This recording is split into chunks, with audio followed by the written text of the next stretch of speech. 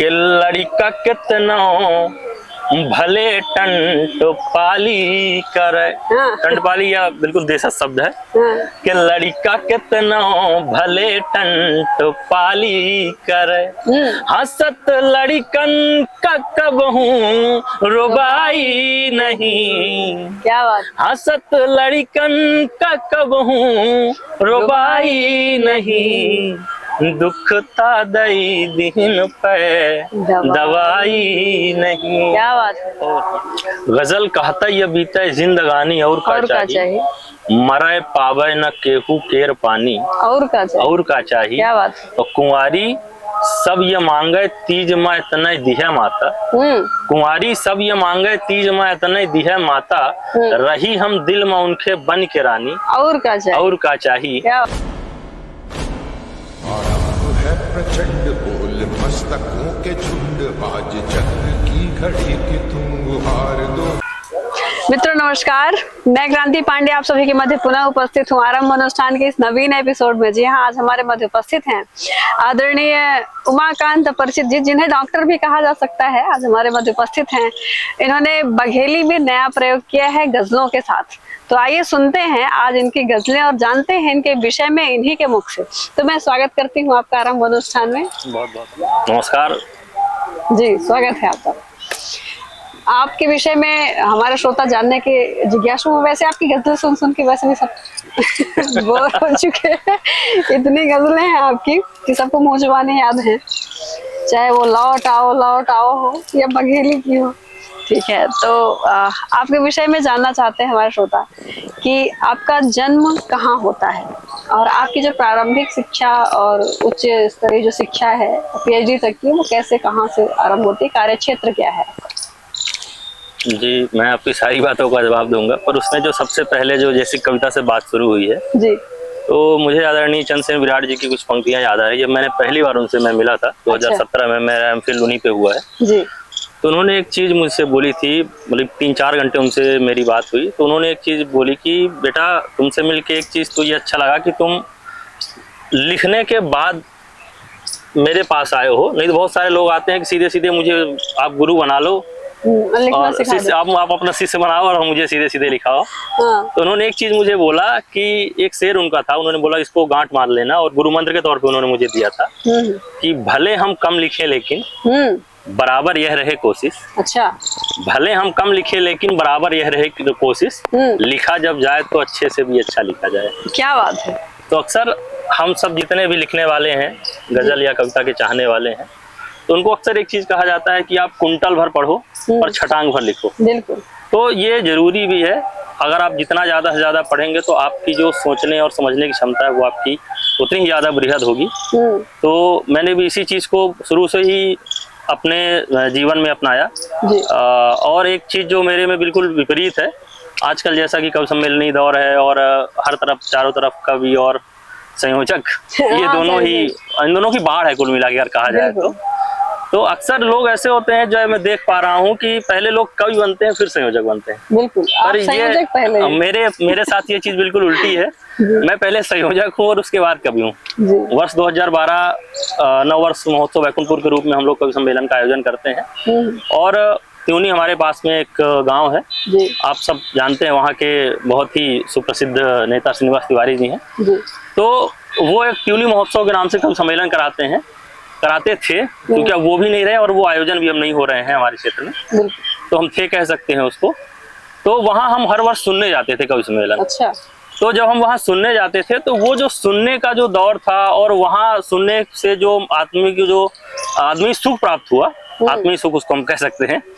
तो वहाँ के बाद ऐसा हुआ कि हम आसपास कहीं भी कवि सम्मेलन हो रहा है 100, 25, 50 किलोमीटर जितनी भी दूर हो रहा, हम लोग हमेशा सुनने जाया करते थे। अच्छा। और उसका ये रूप हुआ, उसका ये अपने अंदर बदलाव आया कि धीरे धीरे हमने भी लिखने का प्रयास चालू किया और लिखते लिखते आज जो भी थोड़ा बहुत लोगों के बीच से नाम और थोड़ी बहुत पहचान मिल पाई है, तो वो सिर्फ लोगों को सुन सुन के। और एक चीज जो अक्सर कही जाती है कि लिखने के मामले में अच्छा बहुत सारे लोग हैं कि जो आर्ट में हो के ही फिर आर्ट में आते हैं, कला पैदा करते हैं। तो मैं साइंस का विद्यार्थी रहा हूँ और कविता के फील्ड में आने की वजह से मैंने अपने आर्ट को मैंने चुना और साइंस को मैंने किनारे किया। केमिस्ट्री में मेरा काफी अच्छा पकड़ थी मेरी केमिस्ट्री में, अरे वाह। फिर भी मैंने साइंस को छोड़ा और हमने कहा चलो अब कविता में ही कुछ काम किया जाए जी। और मैंने ग्रेजुएशन मैथ से होने के बावजूद मैं एमए हिंदी में आया, फिर एमफिल हुआ मेरा अच्छा।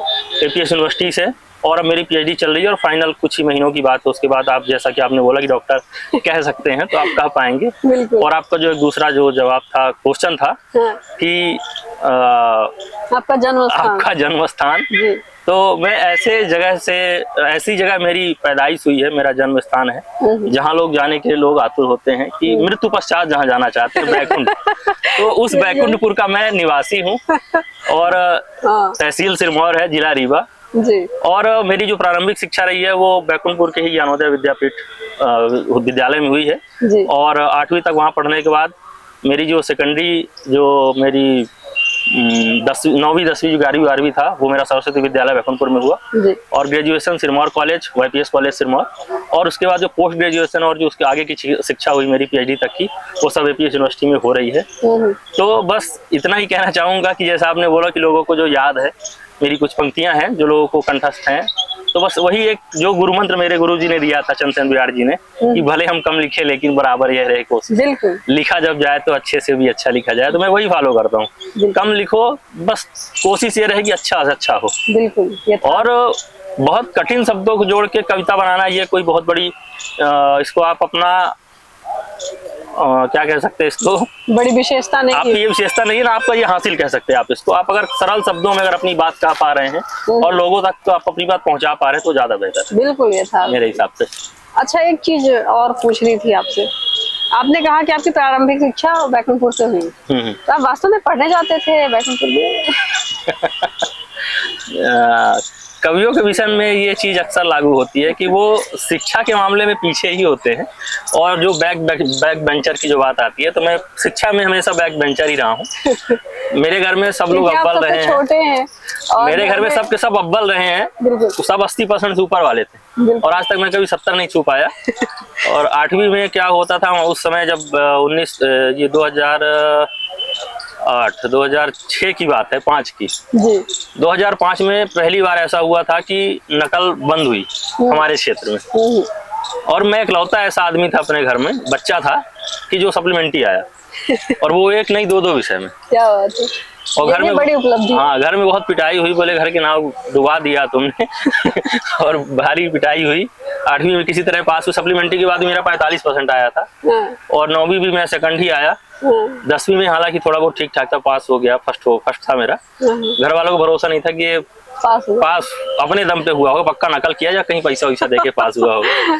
तो यही कहानी रही है। 11वीं में भी मेरे साथ एक ऐसा हादसा हुआ कि मेरी मैथ सबसे वीक थी, मतलब 7वीं से लेके जो मेरा 10वीं तक का रेशियो था, मुझे फाइनल परीक्षा में पास किया जाता था, बाकी त्रैमासिक में फेल रहता था। तो 11वीं में जब ये हुआ कि हमारे सरस्वती विद्यालय में सिर्फ मैथ और बायो 2 ही सब्जेक्ट था, 8वीं नहीं था वहाँ पे, तो चूज करने के लिए कहा गया। तो मेरी रट्टा जो होता है ना, जो रट्टाफिकेशन, वो मेरा बड़ा तगड़ा था। अच्छा। तो घर वालों ने बोला कि बायो ले लो, रट लो, बढ़िया रहेगा। पर बायो में एक दिक्कत ये होती है कि आपको चित्र भी बनाना पड़ता है अगर आपको पूरे नंबर चाहिए, और वो मेरे से बिल्कुल नहीं बनता था। इसलिए हमने कहा कि नहीं भैया हम मैथ लेंगे। अब जब मैथ लिया तो हमारे सारे घर और हमारे सारे दोस्त बोले कि यार तुम तो पक्का फेल होने के लिए ला रहे हो। मैंने कहा चलो जो होगा देखा जाएगा, और हुआ भी यही। 11वीं में वही हुआ मेरे साथ, त्रैमासिक अर्धवार्षिक सब में फेल, वार्षिक में 33% देके पास किया गया। गांधी डिवीजन। और 12वीं में ये रहा कि ठीक ठाक रहा, तो फर्स्ट डिवीजन उसमें भी आ गया था जी। और 12वीं के बाद मेरा जो बैकुंठपुर है, बैकुंठपुर से रीवा की जो दूरी है वो 25 किलोमीटर है और जो सिरमौर की दूरी है वो 12 किलोमीटर है जी।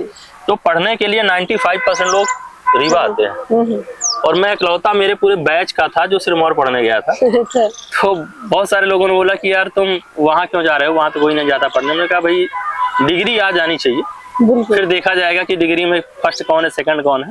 और जो एक सबसे मुख्य चीज होती है, उस समय तो चीजें समझ में नहीं आती थी, बिल्कुल लड़प्पन था कि आप की डिग्री में आप कितना आगे हो, उससे कहीं ज्यादा ये मायने रखता है कि आप आपकी जो कला है, अगर आप कला के क्षेत्र में अगर आप अपने आप को ढालना चाह रहे हो तो आपकी डिग्री अगर कम भी है पर आप जिस विधा को चुन रहे हो उसमें आपको बेस्ट होना चाहिए। बिल्कुल।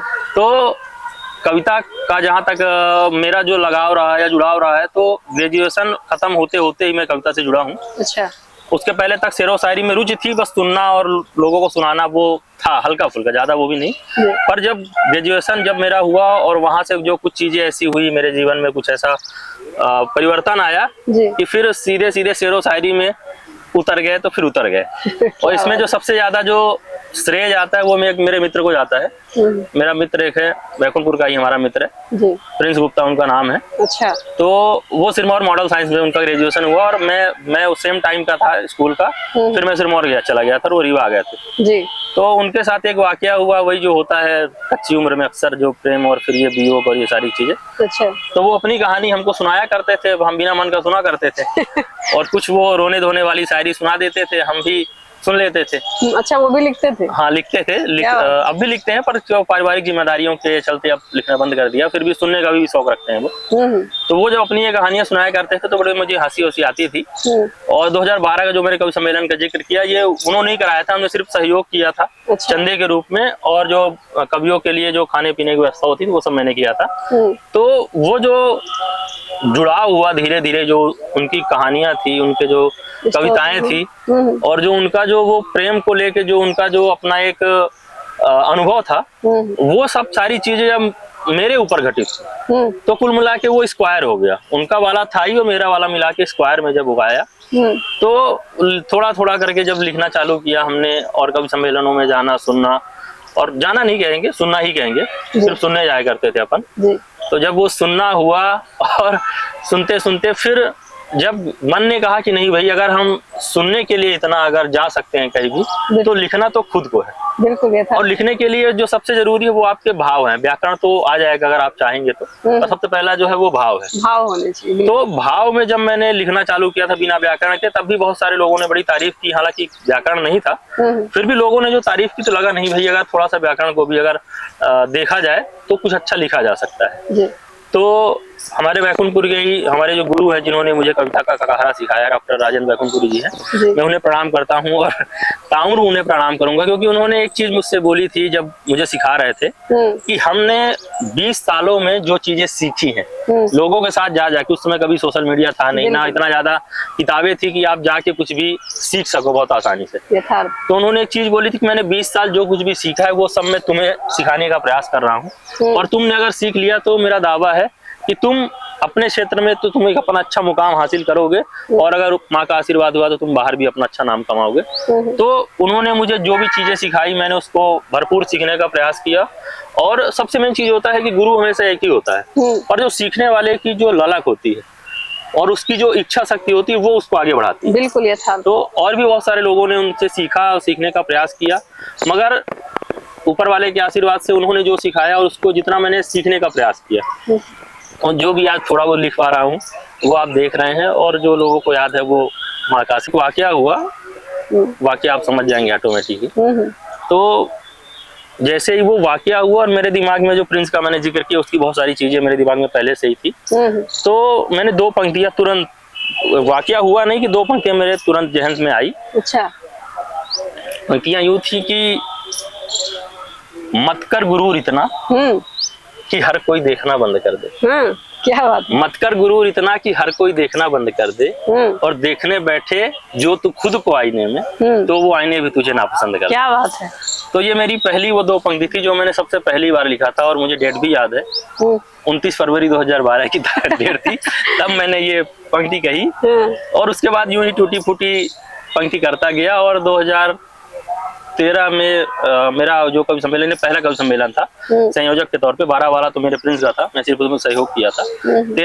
13 से मैंने उसी कवि सम्मेलन को मैंने पूरी तरह से कहा कि चलो भाई अब मैं पूरी तरह से करूंगा, अब इस बार सहयोग का काम आपका रहेगा, बाकी पूरा मेरा रहेगा।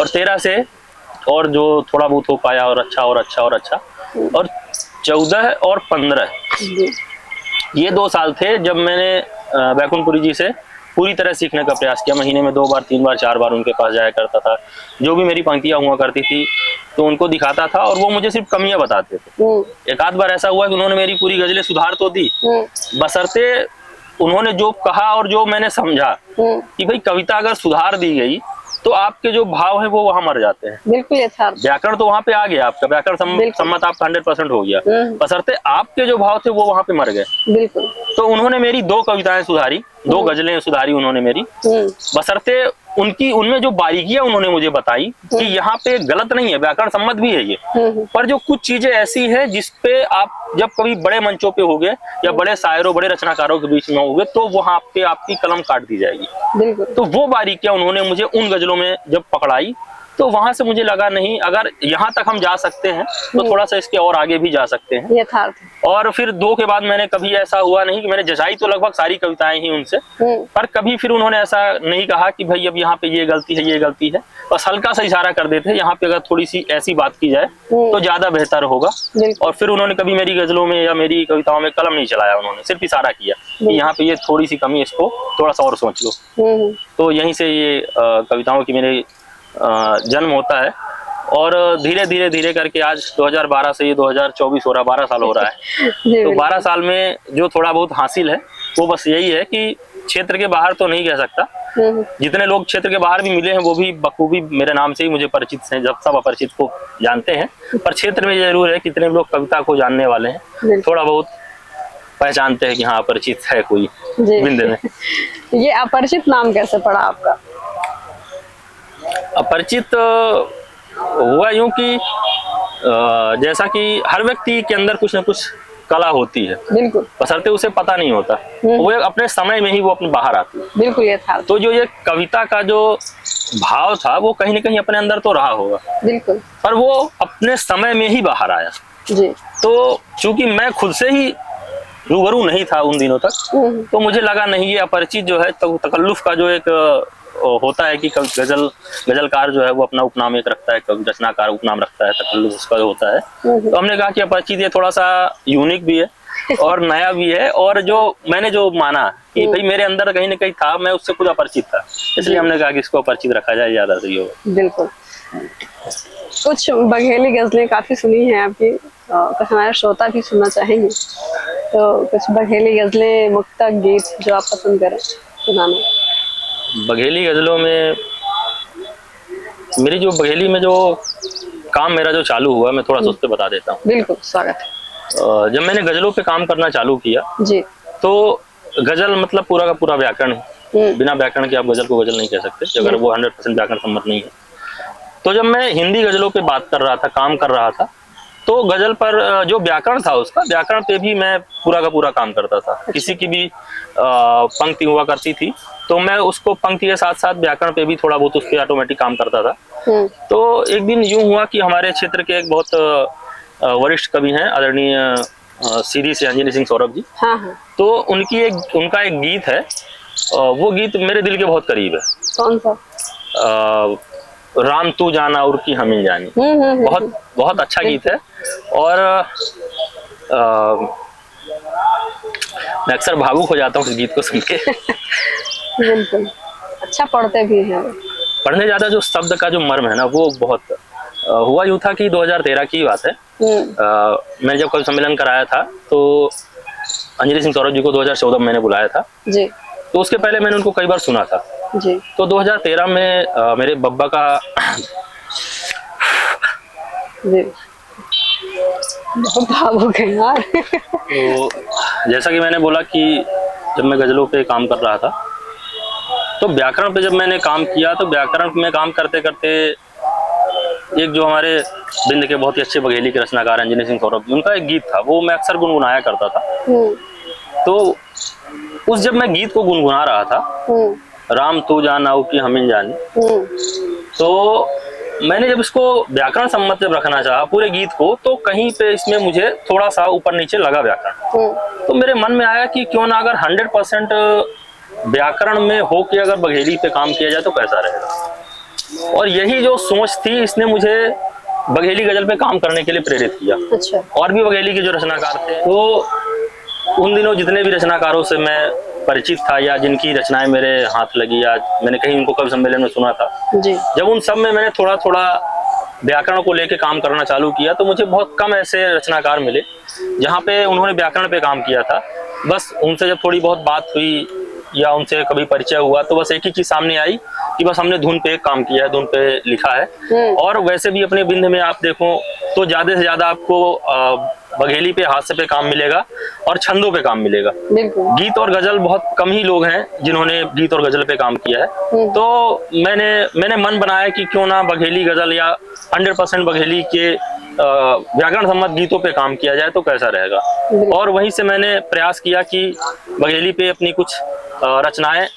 और सबसे अच्छी चीज ये है कि कोई भी आपकी बोली है या आपकी भाषा है, अगर आप उसको जितने सरल तरीके से आप अगर लोगों के सामने पेश करेंगे वो उतनी ही दूर तक जाएगी। बिल्कुल ये था। तो जो ठेठ बघेली के शब्द थे, मैंने उन पे काम न करके जो हमारे रोज बोलचाल की, जो हमारी बघेली की भाषा है, बघेली बोली के शब्द हैं, मैंने उनका प्रयोग किया। और जो कहीं कहीं थोड़े बहुत जो अंग्रेजी के शब्द हैं जो बिल्कुल बोलचाल में है हमारे, उन पर मैंने बघेली बोली पे काम करना चालू किया। और उसका ये परिणाम है कि आज जो भी नए रचनाकार हैं या पुराने भी जो लोग हैं, कहीं ना कहीं बघेली का जब नाम आता है, उसमें गजल की बात आती है, तो कहीं ना कहीं थोड़ा बहुत अपरिचित को वो लोग जानते हैं। तो ये सब माँ का आशीर्वाद है, जो भी थोड़ा बहुत आज लोग जान पा रहे हैं। तो बस यही है। और जो बघेली की गजलों की बात है, तो बस एक गजल का मतलब और एक विकास शेर में रखता हूँ गजल का, कि बघेली गजल है तो बघेली गजल की तरह ही उसको सुनिएगा जी। कि गजल कहता यह बीता जिंदगानी और का चाहिए। क्या बात। गजल कहता यह बीता जिंदगानी और का चाहिए, मरे पावे न केहू केर पानी और का चाहिए। क्या बात। और कुंवारी सब ये मांगे तीज में इतना दिहे माता, कुंवारी सब ये मांगे तीज में इतना दिहे माता, रही हम दिल में उनके बन के रानी और का चाहिए। गजल कहता ये बीता जिंदगानी और का चाहिए। और यह शेर बड़ा अच्छा, ये गजल में भा कि करी हर रोज बिनती हम छुई चोटी बुलंदी के। क्या बात है। करी हर रोज बिनती हम छुई चोटी बुलंदी के, अगर पहुंची हुआ था सब का जानी। क्या बात है। और का चाहिए। गजल कहता ये बीते जिंदगानी और का चाहिए। क्या बात। और दशा देख के गौवन के कन्हाई खूब रोबत हैं। दशा देख के गौवन के कन्हाई खूब रोबत हैं, सबे घर माई पामे फेर पानी और का चाहिए। गजल कहता ये बीते जिंदगानी और का चाहिए, मरे पावे न केहू केर पानी और का चाहिए। क्या बात। तो और भी बहुत सारी गजलें हैं जो लोगों के बीच बहुत ज्यादा पॉपुलर है। उसमें से एक गजल मैं तरन्नुम में रख रहा हूँ। बहुत सारे लोग उनके पास शेर था, हर एक शेर याद है उसके। बिल्कुल। एक गजल है मेरी कि दुख तादई दिन पे दवाई नहीं। क्या बात है। दुख तादई दिन पे दवाई नहीं, पीर है ता बहुत पे बताई नहीं। वाह। पीर है ता बहुत पे बताई नहीं, दुख तादई दिन पे दवाई नहीं।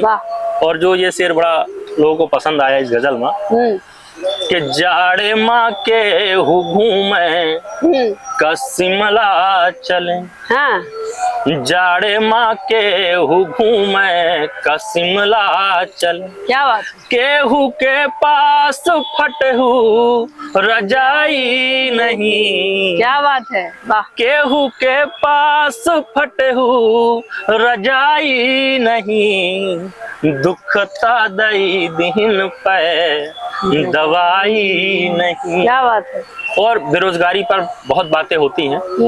बघेली गजल के शेर के माध्यम से ये बेरोजगारी पर एक शेर देखिए। स्वागत। कि सब के पास डिग्री है खूब मगर। वाह।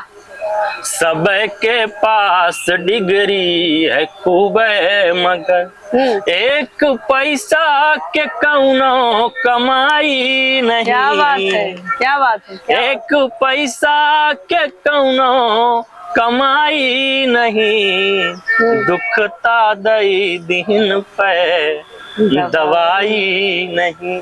और यह शेर देखा बड़ा प्यारा शेर ये गजल में। कि लड़का कितनो भले टंट पाली करे। हाँ। टंट पाली या बिल्कुल देशज शब्द है हाँ, कि लड़का कितना भले टंट पाली करे, हंसत लड़कन का कबहू रुबाई नहीं, क्या बात। हंसत लड़कन का कबहू रुबाई नहीं, दुखता दई दिन पे दवाई नहीं। क्या बात है। और ये आखिरी शेर गजल के स्वागत है। कि झूठ से खूब पैसा कमाए रहा, झूठी से खूब पैसा कमाए रहा, पुण्य से बढ़ी के कौनो कमाई नहीं, क्या बात है। पुण्य से बढ़ी के कौनो कमाई नहीं, दुखता दई दिन पे दवाई नहीं। क्या बात है। अब मुझे याद ये आ रहा है कि ये जो गजल है बिल्कुल मेरे शुरुआती दौर की है, अच्छा। और अभी पढ़ते मुड़ते मुझे ये एक आभास हुआ कि कहीं न कहीं इस गजल के काफिये में थोड़ा सा दोष है, क्योंकि ये मेरा बिल्कुल शुरुआती दौर की गजल है। उस समय तो बघेली में ये लग रहा था कि भाई ये काफिये और अदीफ कहाँ से लाए। सबसे ज्यादा दिक्कत होती है काफिये में, अदीफ तो आ भी जाता है, काफिये में बड़ी दिक्कत होती है कि बघेली शब्दों में काफिया बड़ा ढूंढना पड़ता है। बिल्कुल। तो मित्रों, ये थे हमारे मध्य आदरणीय उमाकांत परिचित जी, जिनके विषय में आपने जाना और जाना इनकी रचनाओं के विषय में। तो चलिए अगले रचनाकार के साथ पुनः भेंट होगी, तब तक के लिए आपसे विदा लेती हूँ। नमस्कार। आरंभ है प्रचंड बोल मस्तकों के झुंड, आज चक्र की घड़ी की तुम गुहार दो।